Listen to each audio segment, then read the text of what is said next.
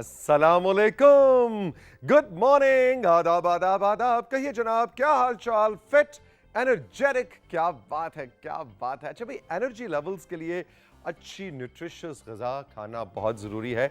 ज़रूरी नहीं कि आप ज़्यादा खाएं। अब तो माहिरीन ये कहते हैं कि जी क्वांटिटी ज़्यादा नहीं, कि मतलब मसलन आप 4 अगर रोटियां खा रहे हैं और उसकी न्यूट्रिशियस वैल्यू 60 की कम है, उससे बेहतर है कि आप 2 रोटियां खाएं और न्यूट्रिशियस वैल्यू उसकी ज़्यादा हो। अगर आप दलिया खा रहे हैं, दूध आप 2 गिलास पिए तो आप कहेंगे भाई मैं तो बच्चे को 2 गिलास दूध, लेकिन वो दूध उसकी क्वालिटी क्या है, वो कितना खालिस है, वो कितना न्यूट्रिशियस है, शायद उससे ज़्यादा न्यूट्रिशियस वैल्यू आधे गिलास दूध में हो। तो एक्चुअली न्यूट्रिशन यानी ग़िज़ाइयत के ऊपर बहुत ज़्यादा इस वक्त काम, हुकूमत पाकिस्तान भी बहुत ज़्यादा काम कर रही है, हमारे प्रोविंशियल लेवल पे भी बहुत काम हो रहा है और इंटरनेशनली भी इस पे बहुत ज़्यादा फोकस है कि हम जो खा रहे हैं वो मिकदार के बजाय ज़्यादा फोकस है कि उसकी न्यूट्रिशियस वैल्यू क्या है। ये सारी बात मैंने इसलिए की कि आज प्रोग्राम में हमारे 2 ऐसे मेहमान आ रहे हैं कि जो इसी हवाले से बात करेंगे। दोनों का ताल्लुक पाकिस्तान से नहीं है। एक है deputy head of mission Australian high commission Joanna Fredriksen, और उसके अलावा हमारे दूसरे मेहमान होंगे representative and country director world food programme Pakistan Chris Kaye. और ये इसी हवाले से एक इंटरेस्टिंग प्रोजेक्ट है जो आपके सामने अनफोल्ड करेंगे, उसकी कुछ डिटेल्स हमें बताएंगे कि हम अपनी रोटी को न्यूट्रिशियस कैसे बना सकते हैं। इंटरेस्टिंग टॉपिक है जो आज मेन सेगमेंट्स में हम आपके सामने अनफोल्ड करेंगे, लेकिन इसके अलावा भी हमारे रेगुलर सेगमेंट्स हमारे साथ हैं जिसमें बहुत ही इंटरेस्टिंग चीज़ें होने वाली हैं। और वो क्या हैं जी? वो ये हैं कि मेरे क्लास फेलो हादी आज आ रहे हैं और आप सभी को मालूम है कि हमारे बहुत ही प्यारे फारूक कैसर अंकल सरगम कुछ दिनों पहले अल्लाह को प्यारे हो गए। सब बच्चे बड़े उदास हैं और सब बड़े भी बहुत उदास हैं, बच्चे भी उदास हैं और बड़े भी उदास हैं। तो हादी ने सोचा कि वो अंकल सरगम को, फारूक कैसर साहब को एक ट्रिब्यूट दे और आज उनके बारे में, वो कहाँ पैदा हुए, कैसे उन्होंने अपने करियर का आगाज़ किया, कहाँ कौन कौन से प्रोग्राम्स हमारी यादों का हिस्सा हैं, इस हवाले से हादी की बड़ी मज़ेदार प्रेजेंटेशन जो हादी आपके साथ शेयर करेंगे। इसके अलावा जनाब रेबेका हमारे साथ होंगी जो कि लेकर आएंगी गुड न्यूज़। गुड न्यूज़ के अलावा मेहर आ रही हैं आज, और आज हमने म्यूज़िक खेलना है राइजिंग पाकिस्तान में, और मेहर खान साहब, मेहदी हसन खान साहब को ट्रिब्यूट देने जा रही हैं। उनके कुछ गाने भी सुनाएंगी। मेहर बहुत खूबसूरत खुद गाती भी हैं, और मेहदी हसन खान साहब के हवाले से कुछ रिसर्च, कुछ उनके करियर को अनफोल्ड करेंगे, उनको हम ट्रिब्यूट देंगे राइजिंग पाकिस्तान में। ये तो सब है ही है, लेकिन साथ ही साथ काशिफ भी होंगे, ट्रेनर काशिफ। हम बात अगर न्यूट्रिशन की कर रहे हैं और रूह की ग़िज़ा और जिस्म की ग़िज़ा की बात कर रहे हैं, तो इस सारे के साथ एक्सरसाइज बहुत ज़रूरी है ताकि उस एनर्जी को आप चैनलाइज कर सकें। ये ना हो कि खा खा के बस फिर तौसीक भाई की तरह ये साइड से हल्के हल्के टायर निकले। अभी इसका अभी कर लेंगे, 15 दिन की बात है। अच्छा कहता है इंसान ये वो 15 दिन कभी पूरे नहीं होते। नहीं, आज मेरे काशिफ से टिप्स लेने हैं कि ये जो साइड के जो ऐसे टायर से तौसीक भाई के निकल आए, इनका क्या करना है। तो ये सब आज के राइजिंग पाकिस्तान में मेरी और मेरी टीम के पास आपके लिए। हम चल के लेते हैं एक छोटा सा ब्रेक, और ब्रेक के बाद जब वापस आते हैं तो फारूक कैसर साहब को ट्रिब्यूट है, हादी और मैं होंगे आपके साथ।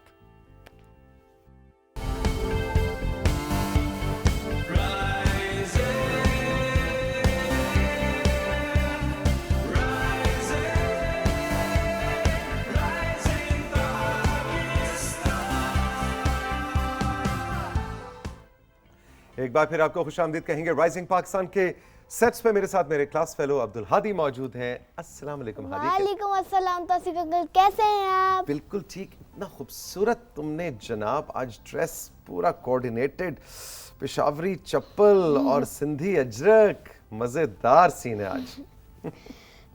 गुड, शाबाश। अच्छा जी, क्या है आज का टॉपिक? आज मेरा टॉपिक है uncle Sargam the legend Farooq Qaiser के बारे में। Very good, very good. और आप स्लाइड्स भी बना के लाए हैं? जी बिल्कुल। Very good. चले जनाब, हादी की पहली स्लाइड हम दिखाते हैं और अंकल सरगम फारूक कैसर साहब को ट्रिब्यूट देते हैं जी। तो पहली स्लाइड कहती है हादी की 3, 2 एंड 1। मेरी आज प्रेजेंटेशन है द लेजेंड फारूक कैसर के बारे में। ठीक है। आपको पता है वो कौन थे? वो थे अंकल सरगम। फारूक कैसर 1945 में सियालकोट में पैदा हुए थे। ठीक है। आपको पता है वो बहुत सी जॉब्स करते थे तौसीक अंकल। क्या क्या करते थे जरा वो बताओ। करते थे cartoonist, puppeteer, columnist, teacher, writer, TV show director, poet. Okay, यानी इतने सारे काम करते थे। वो शायरी भी करते थे, वो कार्टूनिस्ट भी जी। थे, पपेटियरिंग तो उनकी पहचान बनी, और राइटर भी थे और टीचर भी थे। जी बिल्कुल। Very good. देखिए कितने सारे काम करते थे, है ना। जी। अच्छा जी। उन्होंने पीटीवी पे अपनी फर्स्ट अपीयरेंस 1976 में कलियां के थ्रू दी थी। कलियां बहुत फेमस प्रोग्राम था। एग्जैक्टली हम सबको याद है, हम जो उस वक्त छोटे बच्चे होते थे ना, हमें तो जुबानी याद है पूरा कलियां।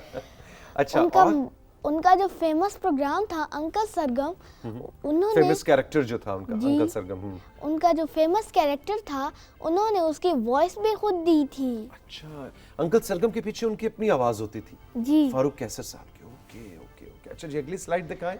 उनके अदर फेमस कैरेक्टर्स थे रोला, हैगा, मासी मुसीबतें और शर्मीली। शर्मीली। और आपको मैं मजे की बात बताऊं, शर्मीली के पीछे आवाज किसकी होती थी? हमारी जो इस वक्त भी फेमस लेजेंडरी हमारी सुपरस्टार बुशरा अंसारी जो है, उन्होंने शर्मीली की आवाज से उन्होंने अपने करियर का आगाज किया था। और उसके अलावा उसमें कलियां में गाने भी गाया करती थी। और एक और कैरेक्टर आपको अगर याद हो, मैं उसका जिक्र जरूर करना चाहूंगा, और वो है नोनी पा। नोनी पा, मैं गया मुझे बचा, हैगा, सरगम, ये सारे कैरेक्टर्स हमारे बचपन के साथी उनके हैं। पॉपुलर शोज थे कलियां, डकटन, सरगम सरगम, सियासी कलियां एंड सरगम बैक होम।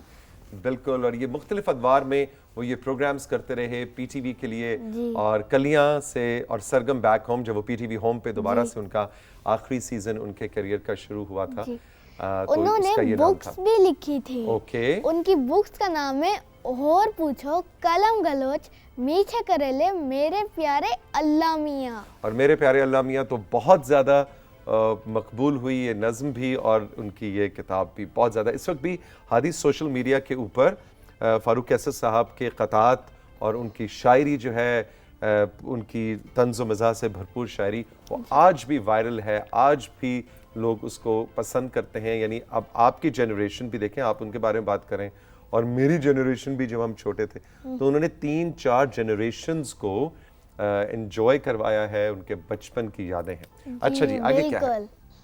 आगे है उनके अवार्ड्स। ओके उन्हें पाकिस्तान के बड़े बड़े अवार्ड से नवाजा गया था, ओके। जैसे प्राइड ऑफ परफॉर्मेंस एंड सितारे Imtiaz.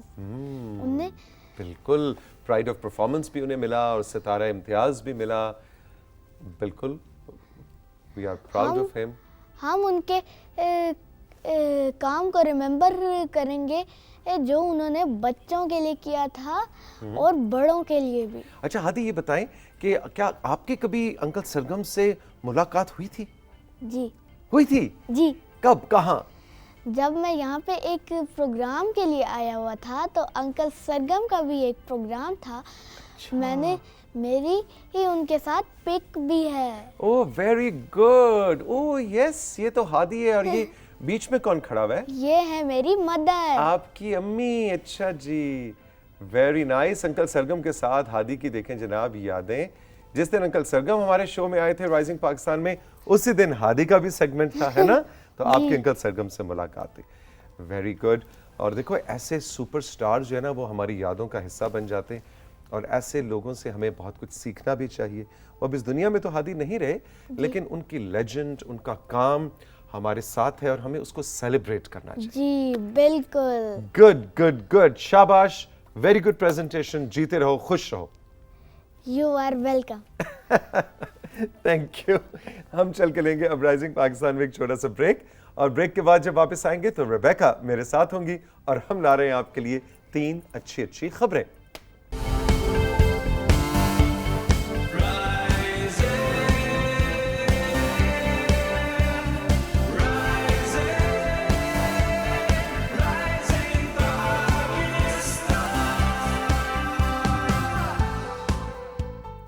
Welcome back to rising Pakistan. मेरे साथ मौजूद है रेबेका अब्दुल और लेकर आई हैं आपके लिए 3 अच्छी खबरें। गुड मॉर्निंग, अस्सलाम वालेकुम रेबेका। गुड मॉर्निंग, वालेकुम अस्सलाम तासिक, कैसे हैं आप? बिल्कुल ठीक, बिल्कुल ठीक। आज बहुत ही समरी आपने ड्रेस पहना हुआ है, you look really nice. Thank you. और क्या ईस्ट और वेस्ट का इम्तजाज है कि वेस्टर्न कपड़े हैं, साथ मेहंदी लगी है, तो ये तो बहुत ही कुछ मुझे एक फ्यूजन सा लग रहा है। एक्चुअली मैं सोच रही थी, जब मैं एक्चुअली पिछले 3-4 दिन से कोशिश कर रही थी कि ये मेहंदी जो है वो उतर जाए, लेकिन आपको पता है मेहंदी का रंग आहिस्ता आहिस्ता फेड होता है। क्यों लड़कियां तो चाहती हैं कि मेहंदी का रंग ज्यादा देर चढ़ा रहे, तो आप उतारना चाह रही हैं? नहीं, वो मुझे जी जो आप कह रहे हैं ना, मुझे पता था। आइंदा जो मैंने राइजिंग पाकिस्तान में ड्रेसिंग करनी है वो थोड़ी सी वेस्टर्न है। ओके, तो वो जरा सा ऑड ना लगे। नहीं भी नहीं, बहुत अच्छा लग रहा है, बहुत अच्छा लग रहा है। So, but आप तो फैशन क्रिएट किया करें भाई। जो लोग टीवी पे आते हैं वो तो जो फैशन करते हैं वो राइज हो जाता है। उस फैशन के करने और राइज होने से डर नहीं लगता, लेकिन उसके बाद जो कभी कभी क्रिटिसिज्म का सामना होता है कि फैशन डिजास्टर हो गया उससे ज़रा सा डर लगता है। लेकिन आई नहीं, आप बढ़ते हैं आज की पहली जी। गुड न्यूज़ की जानिब तासीक। और पहली गुड न्यूज़ जो है वो समीना बेग के बारे में है। जैसा कि हम जानते हैं कि समीना बेग ने जो है माउंट एवरेस्ट की चोटी जो है उसे सर किया है, जो कि दुनिया की बुलंद तरीन चोटी है। Absolutely. और अब समीना सर करने जा रही हैं दुनिया की दूसरी बुलंद और मुश्किल चोटी, जो कि है K2। जी हाँ, और इस चोटी को जो है इनके साथ और पाकिस्तानी कोह-पेमा जो हैं वो भी मिलकर इस चोटी को सर करेंगे। और ये पहली बार होगा कि तमाम कोह-पेमा जो K2 की चोटी सर करने जा रहे हैं वो सब पाकिस्तानी हैं। ये अली सतपारा का अधूरा मिशन जो है उसको पूरा करने जा रहे हैं। हमारी बहुत सी दुआएं और नेक तमन्नाएं समीना बेग और उनकी पूरी टीम के लिए। एब्सोल्युटली, मैं बहुत एक्साइटेड भी हूँ, थोड़ा सा नर्वस भी हूँ, खुश भी हूँ और इमोशनल भी हूँ। ये चारों जज्बात इस वक्त मेरे साथ साथ हैं, इसलिए कि आप सभी को याद होगा और आप जानते हैं कि कुछ अर्सा पहले जब समीना बेग हमारे शो में आई थी तो उन्होंने बताई थी सारी कहानी कि हम प्लान कर रहे हैं और हम अली सतपारा मरहूम को ट्रिब्यूट देने जा रहे हैं। तो वो दिन और वो वक्त आ गया है साथियों। हम सब ने समीना बेग और उनकी टीम के लिए दुआ करनी है। और यहाँ मैं आपको एक और चीज़ भी बताता चलूँ कि हमारा जो कौमी इदारा है SCO, वो नॉर्दर्न एरियाज़ के अंदर कम्युनिकेशंस के माहिर हैं, के एक्सपर्ट हैं। तो उन्होंने वो जो बेस कैंप से लेके आगे तक बाकायदा नए टावर को इंस्टॉल करने का प्लान किया है, ताकि पूरी टीम जो है वो कनेक्टेड रहे। और बीच में जो एक पैच आता है कि जब कनेक्टिविटी ख़त्म हो जाती है और जो हमारे को पहमा हैं अगर वो गुम गए हैं, उनसे रब्ता नहीं हो रहा, वो तो उसको SCO ने जनाब ज़बरदस्त काम किया और वो उस टावर के ज़रिए कनेक्टिविटी भी रहेगी। और साथ ही साथ हम भी, राइजिंग पाकिस्तान की टीम भी और PTV कोशिश करेगा कि आपको समीना से बिल्कुल आगे जाके भी SCO के टावर के थ्रू जब उनसे कनेक्शन हो तो मे बी उनकी कोई वीडियो या उनकी कोई ऑडियो भी हम राइजिंग पाकिस्तान में आने वाले दिनों में आप तक पहुंचाएंगे। So I am really excited, it's a great news. Yes, we are looking forward.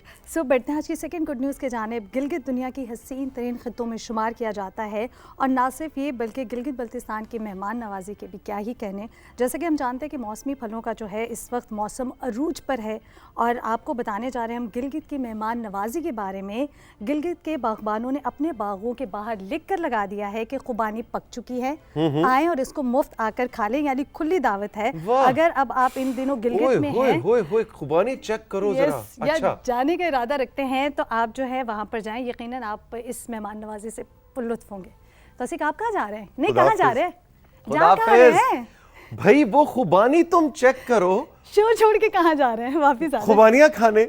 नहीं, आपके लिए हम यहाँ संभालो शो, मैं ज्यादा बेहतर काम करने जा रहा हूँ। नहीं, हम आपके लिए यहाँ मंगवाएंगे, आप बैठ जाएं। अच्छा, बहुत मुल्तान के आम तो मंगवाई नहीं, तो गिलगित की खुबानियाँ मंगवा दोगे? देखिए तौसीक, मैंने यानी हमने और हमारी पूरी टीम ने ये सोचा कि तौसीक के सामने ट्रे में सिर्फ आम आएंगे तो कितना बुरा लगेगा, साथ खुबानियाँ भी होनी चाहिए। अच्छा, यहाँ आम और खुबानियाँ एक साथ के साथ मुझे वो जो ट्रक के पीछे वो शेर लिखा होता है ना, क्या जी, फल मौसम दा गल वेले दी, यानी फल जो मौसम का फल हो वही लुत्फ देता है और बात वही लुत्फ देती है जो उस मौके महल के मुनासिबत से हो।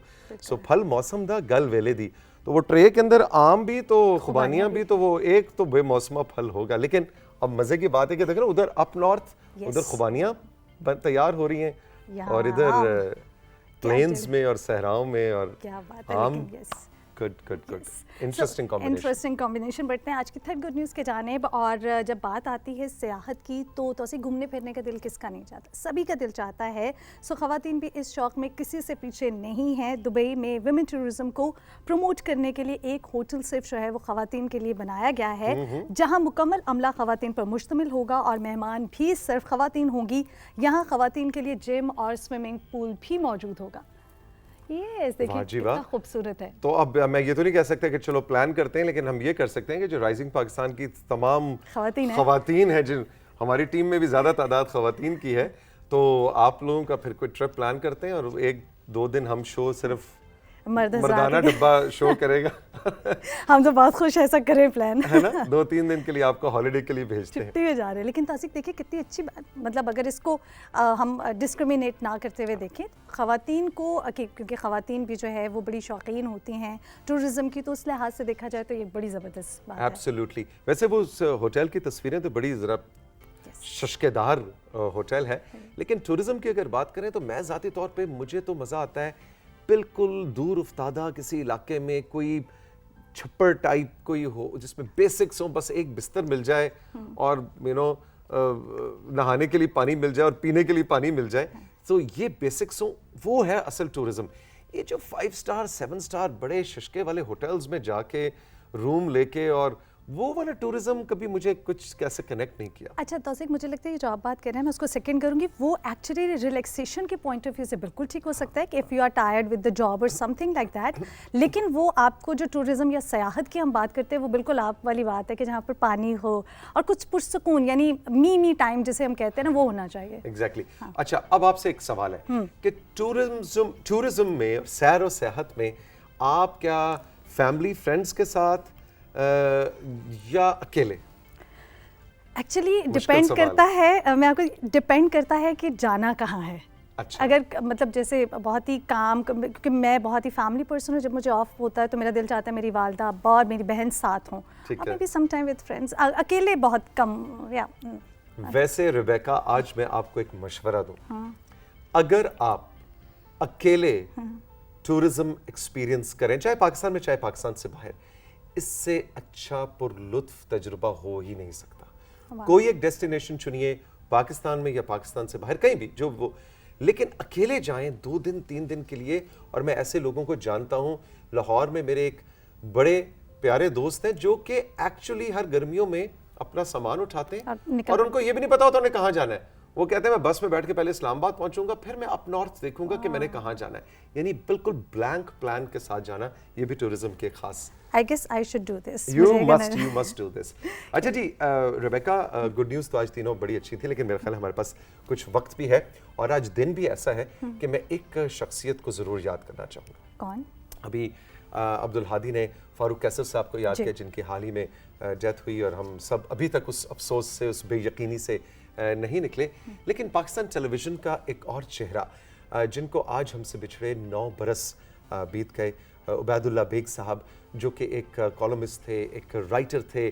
पाकिस्तान टेलीविज़न के लिए उन्होंने बेशुमार डॉक्यूमेंट्रीज़ बनाई और सबसे बढ़कर कि उनका जो साथ पीटीवी का कसौटी प्रोग्राम के हवाले से था, वो हम सबको याद है। आज 9th डेथ एनिवर्सरी है उबैदुल्ला बेग साहब की। उनको प्राइड ऑफ परफॉर्मेंस भी मिला और इस इदारे को की बुनियाद को स्ट्रॉन्ग बनाने में जिन नामों, जिन चेहरों का शदीद रिबेका कंट्रीब्यूशन है, बेग साहब उनमें से एक है। और क्या खूबसूरत इंसान थे वो, कि उनके साथ बैठकर मुझे भी आई एम फॉर्चुनेट, शर्फ हासिल है कि उनके साथ कुछ नशिस्तें मैंने भी एंजॉय की, उनसे बहुत कुछ सीखा। हंसते हंसते वो आपको न जाने क्या क्या सिखा जाते थे, आप मुड़ के देखते हैं तो अब एहसास होता है। मैंने सोचा हमारे आज के दिन की मुनासबत से हमारे इस लेजेंडरी नाम को हम ज़रूर याद करें। बहुत ज़रूरी होता था, जिस तरह आपने एक एग्जांपल दी कि वो हंसते मुस्कुराते बहुत सी चीज़ें सिखा देते थे। मुझे लगता है बड़ी शख्सियत जो होती है उसकी सबसे नुमाया एक जो पर्सनालिटी का हिस्सा होता है वो यही होता है कि वो हंसते खेलते आपको बहुत कुछ सिखा देते हैं और आपको पता भी नहीं चलता। Rebecca, thank you very much. अच्छी गुड न्यूज़ थी और साथ ही हमने बेग साहब को भी ट्रिब्यूट दिया। हैव अ ग्रेट डे, बहुत बहुत शुक्रिया। हम राइजिंग पाकिस्तान में साथियों अब चल के लेंगे एक छोटा सा ब्रेक, और ब्रेक के बाद आज प्रोग्राम में बहुत ही इंटरेस्टिंग और दिलचस्प सेगमेंट्स आपका इंतजार कर रहे हैं। थोड़ा सा आप भी उनका इंतजार करें।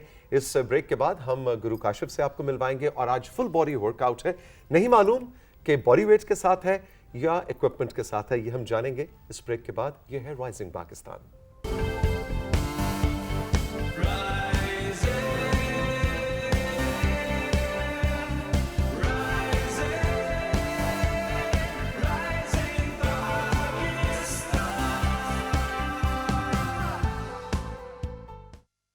Welcome back to rising Pakistan. Guru Kashif मेरे साथ मौजूद है। गुड मॉर्निंग, अस्सलाम वालेकुम। गुड मॉर्निंग, अस्सलाम वालेकुम। वालेकुम सलाम। क्या आज आपके लिए डबल असाइनमेंट है। वो क्या? आपने फुल बॉडी वर्कआउट करवाना है हमें बॉडी वेट और के साथ, लेकिन ये तौसीक भाई के जो साइड से ये जो लव हैंडल्स बन गए ना, इनके बारे में भी कोई side walls side walls side walls ऐसी होती है, ऐसी जा रही हैं। ये ऐसे जाती है फिर ऐसे हो जाती है, कुछ वॉल टेढ़ी होगी। आज उस पर काम नहीं करेंगे, आज कुछ और प्लान है। अच्छा, फुल बॉडी इन्वॉल्व है, लेकिन आपकी कोर इन्वॉल्व हो जाएगी। हाँ। जी बिल्कुल, कोर इन्वॉल्व टाइम होगी। हमारे पास कम है तो जल्दी से शुरू करते हैं। अच्छा, सबसे पहली 3 मूव्स हैं हमारी एक्सरसाइज की। उसके अंदर हमने हैवीएस्ट वेट लिफ्ट करना है क्योंकि एक्सप्लोसिव मूव है। 3 रेप्स करेंगे और 60 सेकंड का ब्रेक करेंगे। 5 सेट्स करने हैं, 3 रेप्स करने हैं। क्या करना है हमने? नाइस एंड कंट्रोल पेस में, एज हैवी एज पॉसिबल। ज़्यादा वेट आपको लिफ्ट करना है, 3 रेपिटेशंस। मैं ज़्यादा रेपिटेशंस करके बताऊंगा ताकि आप आसानी से नोट कर सकें। लेकिन जैसे कि काशिफ अक्सर कहते रहते हैं, शोखे नहीं होना जी। कि मतलब ज़्यादा वेट लिफ्ट करना है, तो वो काशिफ भाई ने 5 किलो किया था, आप 2 kg 3 kg के साथ। हाँ, लेकिन मैं चाहूँगा कि क्योंकि स्ट्रेंथ बेस्ड है, एक्सप्लोसिव है, तो इस पर हम हैवी जाएंगे। नेक्स्ट हमारा जो सर्किट है वो लाइट वेट के साथ होगा। डन। नेक्स्ट मूव है हमारी, हमने क्या करना है? हमने एक्सप्लोसिव प्रेस करना है जंप के साथ, ऑल द वे जंप। अच्छा, ये देखने में बहुत आसान लग रही है, लेकिन इतनी आसान एक्सरसाइज है नहीं, क्योंकि आप कशिश शक्ल से अगेंस्ट जा रहे हैं, ग्रेविटी अगेंस्ट जा रहे हैं। 10 किलो वजन में लिफ्ट किया और मैं जंप कर रहा हूँ। देखिएगा 3 repetitions as high as possible. इसके बाद हमने ब्रेक लिया। 5 सेट्स करने हैं, 3 रेपिटेशंस करने हैं। फ्रंट स्क्वाट करना है, डंबल को यूँ रोटेट किया, all the way press, all the way press, all the way press, full range of motion all the way up and all the way down. 3 repetitions. इसके बाद 5 sets each exercise, 60 seconds break after that. लेकिन आप देख रहे हैं कि सांस भी चढ़ रहा है। सांस चढ़ने में कोई मसला तो नहीं? कोई मसला नहीं है। एक्सप्लोसिव मूव है। इसके बाद हमने क्या करना है? हमने स्प्लिट स्क्वाट की पोजीशन में आना है और हमने नॉन स्टॉप इसी पोजीशन में रहते हुए 20 रेपिटेशंस। अब हम मूव करेंगे हाई रेपिटेशंस की तरफ। Breathe in, breathe out, nice and control, core nice and tight. 20 repetitions किए हमने। 3 सेट्स करने हैं इसके। 45 सेकंड ब्रेक लेना है। स्विच करेंगे स्टैंस को, नाइस एंड कंट्रोल, बैलेंस करेंगे कोर नाइस एंड टाइट, यहाँ लेके आएंगे। ये देखने में बड़ी आसान है, लेकिन लग जी पता जाता है जब आप ये कर रहे होते हैं। 20 रेपिटेशंस करने हैं। इसके बाद स्टैंड स्विच करेंगे। स्विच करने के बाद एंड एक्सप्लोसिव स्प्लिट लंच करेंगे एज फास्ट एज पॉसिबल। जबरदस्त जबरदस्त। अब हमारी लास्ट एक्सरसाइज होगी। लास्ट मूव है। चलें फिर वो टिप दे देते हैं आपको क्या करना है। हमने डंबल्स यहाँ रखने हैं, यानी बाकी की पूरी बॉडी आपकी ठीक हो, लेकिन पेट जो है वो कंट्रोल से बाहर हो जाए तो आपने, oh my God, no way. Kashif, nice and control, all the way and back up. इसका बहुत इलाज करवाया लड़के का, कोई डॉक्टर, सब डॉक्टर कहते हैं जी कार ले जाओ, साढ़े वस तो बाहर है। अच्छा, ये मैं पेट को कम करने के लिए ये करूंगा तो मतलब अब इंटायर वर्कआउट करेंगे तो आपकी कोर इन्वॉल्व हो जाएगी। Excellent excellent. लेकिन भाई आज जो मैंने आपको असाइनमेंट दी है कि इधर से पेट इधर से थोड़ा सा निकल रहा है, बाकी सब मामला ठीक है ना? तो इसके ऊपर मेरा ख्याल है कल कुछ प्लान करें। कुछ प्लान करें। ओके जी, कल हम अपने राइजिंग पाकिस्तान में लाइव शो में सुबह आपको, बाकी अगर आपका जिस्म ठीक है, टांगे बाजू यहाँ पे आपकी चर्बी नहीं है, लेकिन सिर्फ पेट के आपके कुछ ये टायर शायर नजर आ गए हैं, एक्स्ट्रा स्टेपनियाँ, तो उनको खत्म करने की कल हम आपको टिप्स। अगर आप यही वर्कआउट करेंगे तो आपको फील होगा कि कोई इन्वॉल्व हो रही है, जो आज हमने किया क्योंकि इंटायर बॉडी वर्कआउट था। एग्जैक्टली, लेकिन प्योरली स्पेसिफिकली एब्स के लिए कल हम बात करेंगे। Kashif, thank you very much. Thank you very have a much. Great day. हम चल करेंगे राइजिंग पाकिस्तान में एक छोटा सा ब्रेक से जब वापस आएंगे तो मेहर मेरे साथ होंगी, और मेहर बहुत खूबसूरत गाती भी हैं, और मेहर जाहिर है कि आज आपको, जैसे कि मैं प्रोग्राम के आगाज़ में बता रहा था, कि एक ट्रिब्यूट देने जा रही हैं खान साहब, मेहदी हसन खान साहब को, और उनकी कुछ लाइफ हिस्ट्री, उन्होंने अपना करियर कैसे शुरू किया और इतना बड़ा लेजेंडरी म्यूजिशियन कैसे, कब, कहाँ, कुछ उनको हम याद करेंगे, कुछ उनकी बात करेंगे मेहर के साथ। रही मेरे साथ, ये है राइजिंग पाकिस्तान।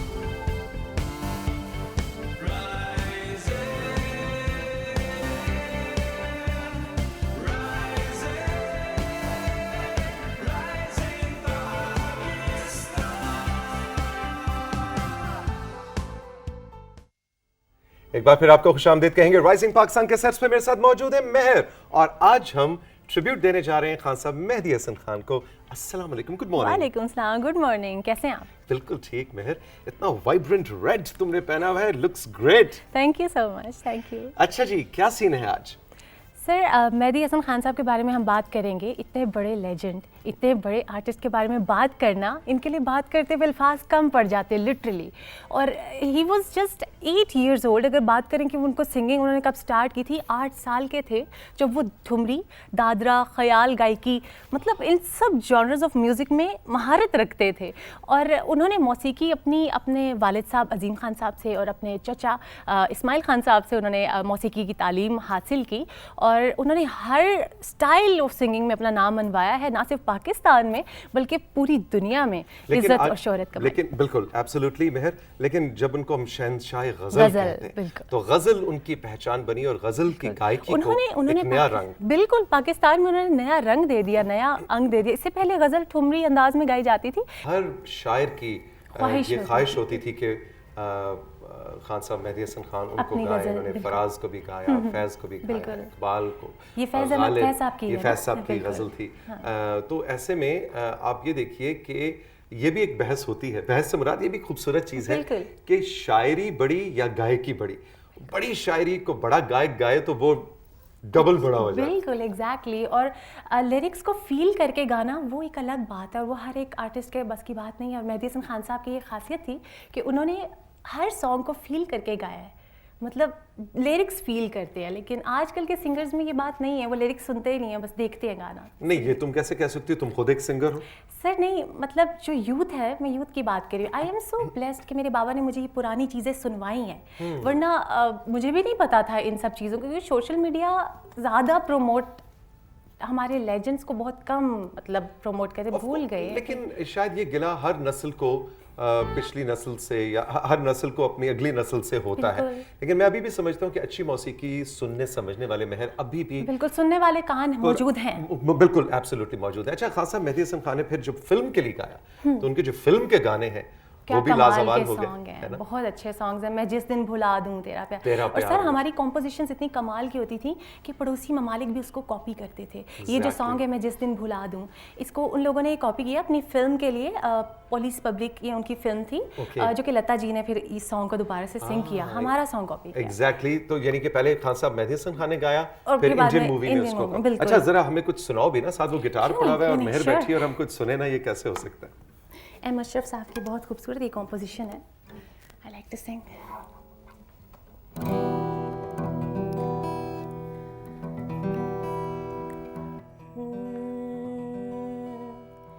मैं जिसे दिन भुला दूं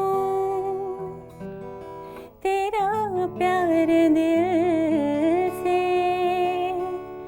वो दिन आखिरी हो मेरी जिंदगी का। मैं जिसे दिन भुला दूं तेरा प्यार दिल से, वो दिन आखिरी हो मेरी जिंदगी का। ये आँखें उसी रात हो जाए जो तेरे सिवा देखे सपना किसी का।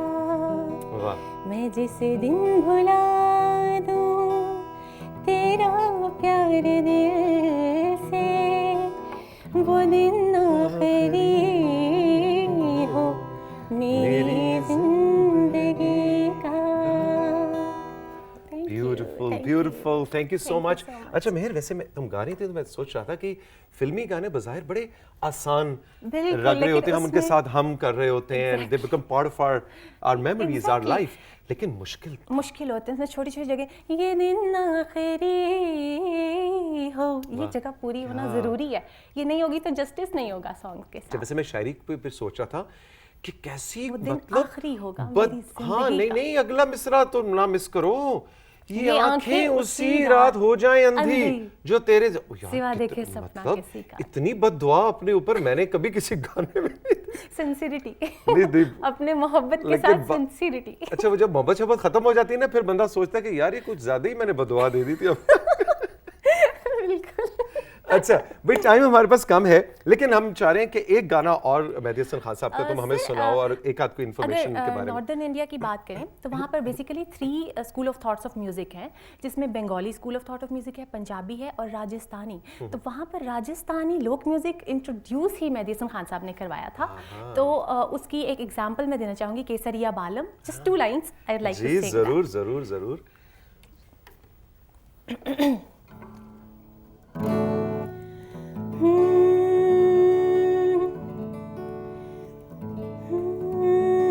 केसरिया बालम आओ रे, पधारो मार देस रे, पधारो मार देस, केसरिया बालम वाह, वेरी नाइस। आओ रे, पधारो मार देस रे, पधारो मार देस। Very nice. Thank you. Mehar, तुमने ऐसा समा बांध दिया कि मेरा दिल कर रहा है तुम तुमसे गाने सुनते ही चले जाएं, Thank you so एक much. के Really बाद means a दूसरा। lot. और सर ये कॉम्पोजिशंस इतनी मुश्किल है ना, आई एम नथिंग। मैं इसको सिंग करने के भी मुझे लगता है मैं कुछ भी नहीं हूँ, लेकिन मतलब इसको थोड़ा सा ही सिंग कर लेना बहुत बड़ी बात है। लेकिन I tried my best, I hope you like You it. did a great job. Thank you very much. Thank you Mehr, so much. बहुत शुक्रिया। वो तुम्हारी वाली बात है कि मेहदी हसन खान साहब का नाम और उनका मर्तबा और उनका बिल्कुल। पूरी उनकी जो एक मतलब वो एक पूरा एक इदारा है, अदा- उसको उनको आप academy सिर्फ है, सुनना शुरू कर दें आप सुरीले हो जाएंगे। म्यूजिक आप सुरीले हो जाएंगे। एग्जैक्टली।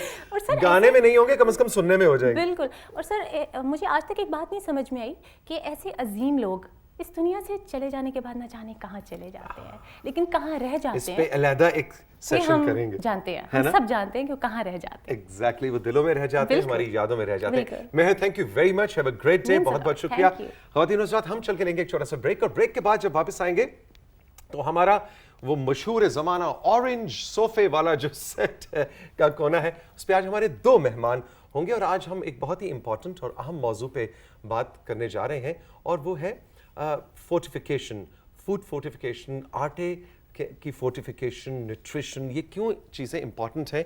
इस हवाले से हम 2 मेहमानों से आपकी मुलाकात कराएंगे। जोआना फ्रेडरिक्सन, जो कि डेप्यूटी हेड ऑफ मिशन है ऑस्ट्रेलियन हाई कमीशन यहाँ इस्लामाबाद में, और क्रिस के, जो कि representative and country director world food programme Pakistan. इन दोनों से इस हवाले से बात करेंगे, इसलिए कि इन दोनों यानी कि ऑस्ट्रेलियन हाई कमीशन और वर्ल्ड फूड प्रोग्राम और साथ ही साथ हुकूमत पाकिस्तान के साथ मिल के फ्लावर फोर्टिफिकेशन यानी आटे की फोर्टिफिकेशन का एक बहुत ही दिलचस्प project as a pilot Rawalpindi Islamabad में शुरू किया। बट उसकी कुछ डिटेल्स हम जानेंगे इस छोटे से ब्रेक के बाद। रही मेरे साथ इसलिए कि रोटी और आटा हम सब की जिंदगियों का हिस्सा है। ये है राइजिंग पाकिस्तान।